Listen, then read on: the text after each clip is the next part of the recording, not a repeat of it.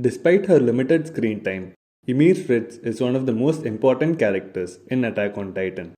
She was the first person to obtain the power of the Titans, and all subjects of Ymir are descended from her. Her actual origins and source of power are distorted over time, so the characters of Attack on Titan don't know who she actually was.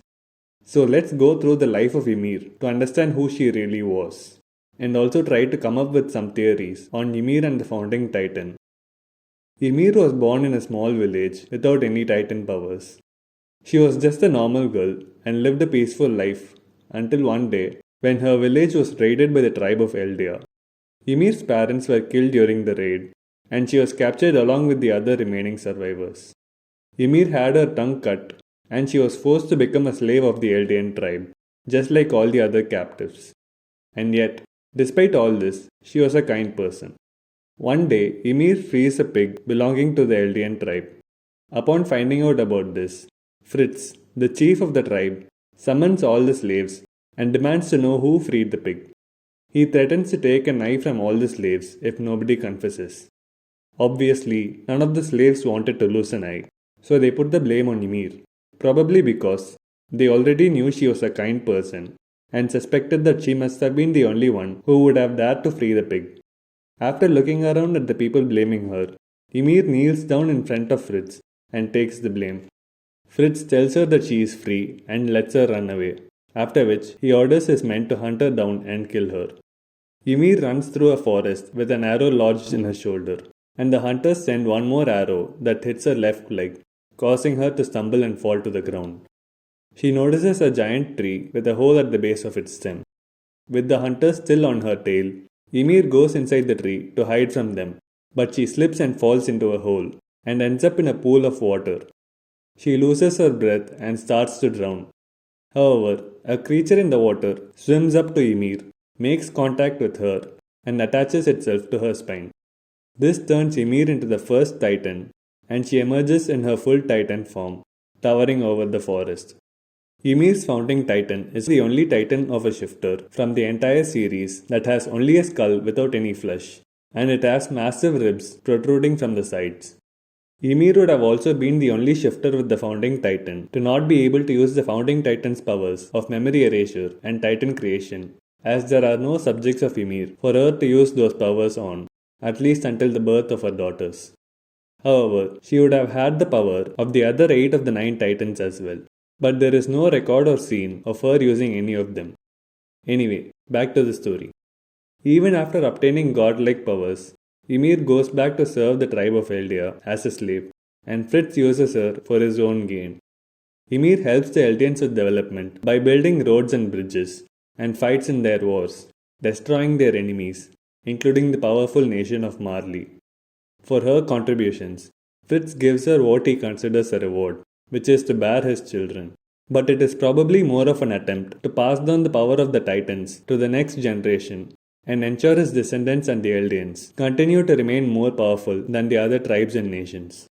However, despite having children with Ymir, Fritz still had another woman as his wife, so Ymir is essentially his concubine.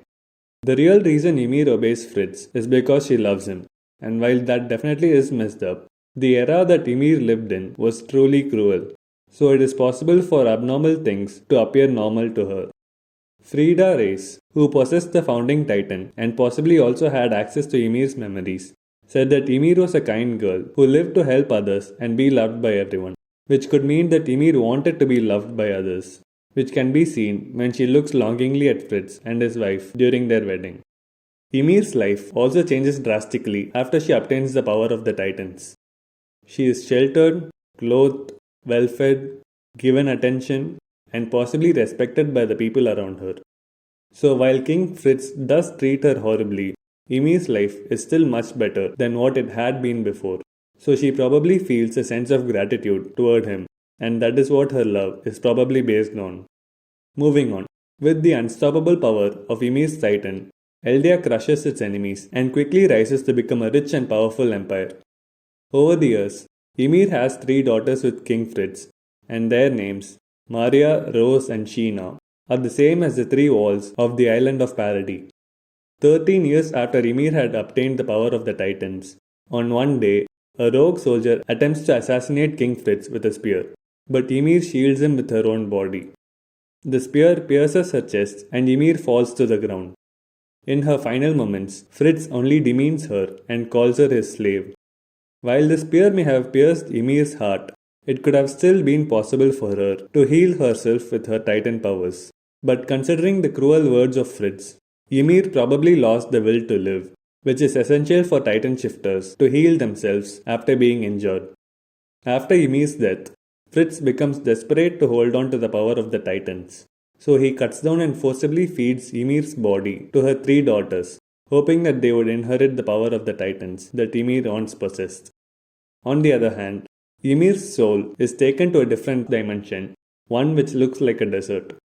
After Ymir's body is consumed by her three daughters, a tree of light appears.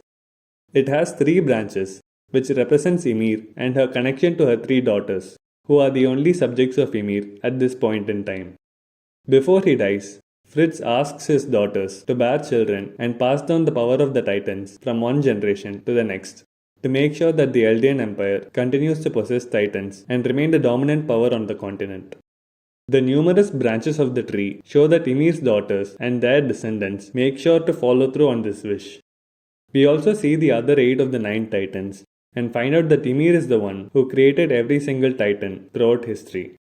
Every time a Titan shifter transforms, or Titans need to be created, including all the colossal Titans within the walls, Ymir uses the sand and water from the path's dimension to create them, and it apparently takes her years to create each Titan. She also heals Titan shifters with sand every time they get injured. Ymir continues to obey King Fritz and the will of the royal family for thousands of years, which would have felt much longer for her, because 1 second in the real world could be years in the past.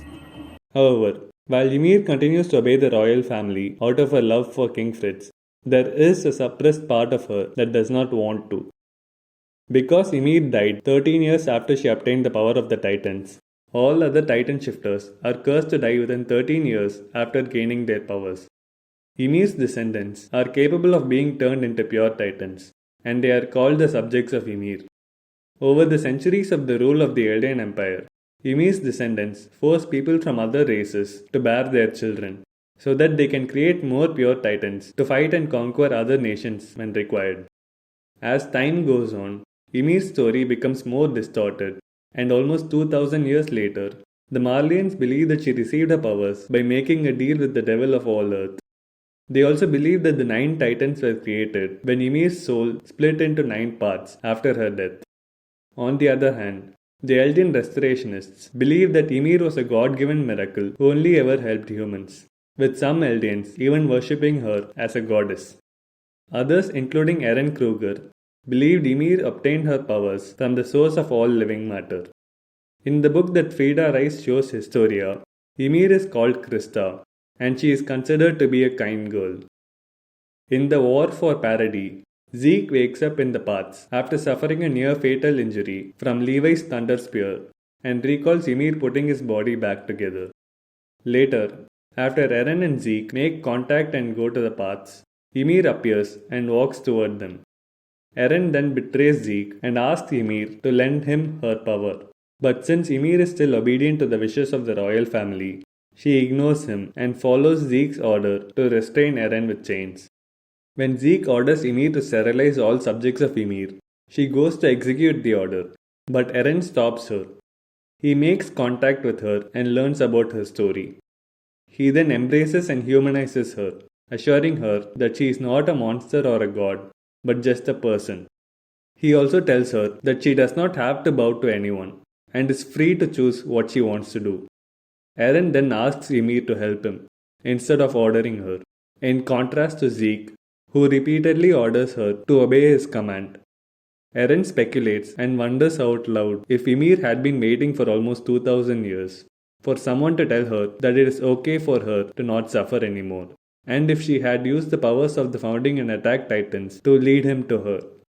After Eren shows her his compassion, Ymir, who had been in a world of pain and suffering in the paths for what must have felt like millions or even billions of years, finally expresses her anger and chooses to help Eren instead of obeying Zeke and the royal family. Ymir later appears next to Eren and he talks to his friends, signifying her cooperation with him. She observes the Survey Corps and the warriors on the back of Eren's founding titan and sends the Okapi to kidnap Armin unharmed. She then sends the past 3 incarnations of the 9 titans to kill the others and protect Eren. However, after hearing the conversation between Armin and Zeke on the nature of human life, Ymir is moved and starts seeking connection with people other than Eren. She also lets them go, which enables Levi to kill Zeke. But despite Zeke's death, Eren still retains his founding titan and continues to have access to its powers. This is probably because Eren is the one who possesses the founding titan, and Ymir is not bound to the royal family anymore. So he no longer needs a titan with royal blood to access the founding titan, which is also how he is able to respawn as a colossal titan after being blown away by Armin's colossal titan. Later, Ymir watches Mikasa kill Eren, the one she loved, which makes Ymir smile a little as she realizes what real love is. She also realizes that her own love is toxic, and she is relieved that she does not have to suffer anymore. Watching Mikasa kill Eren also gives Ymir the closure and the willpower to finally free herself and let go of her love for King Fritz. She relinquishes the power of the Titans, which turns all the Titans back into humans, and appears before Mikasa when she is leaving the battlefield. Mikasa insinuates that the headaches she had been experiencing were caused by Ymir trying to enter her thoughts and find out how she felt about Eren. Mikasa tells Ymir that her love must have been a long nightmare and asks her to rest in peace. Ymir imagines an alternate reality where she embraces her 3 daughters and lets King Fritz get assassinated. Having found peace in this alternate reality, Ymir finally fades away from the world, disappearing forever. Thank you for watching. Like and subscribe for more videos.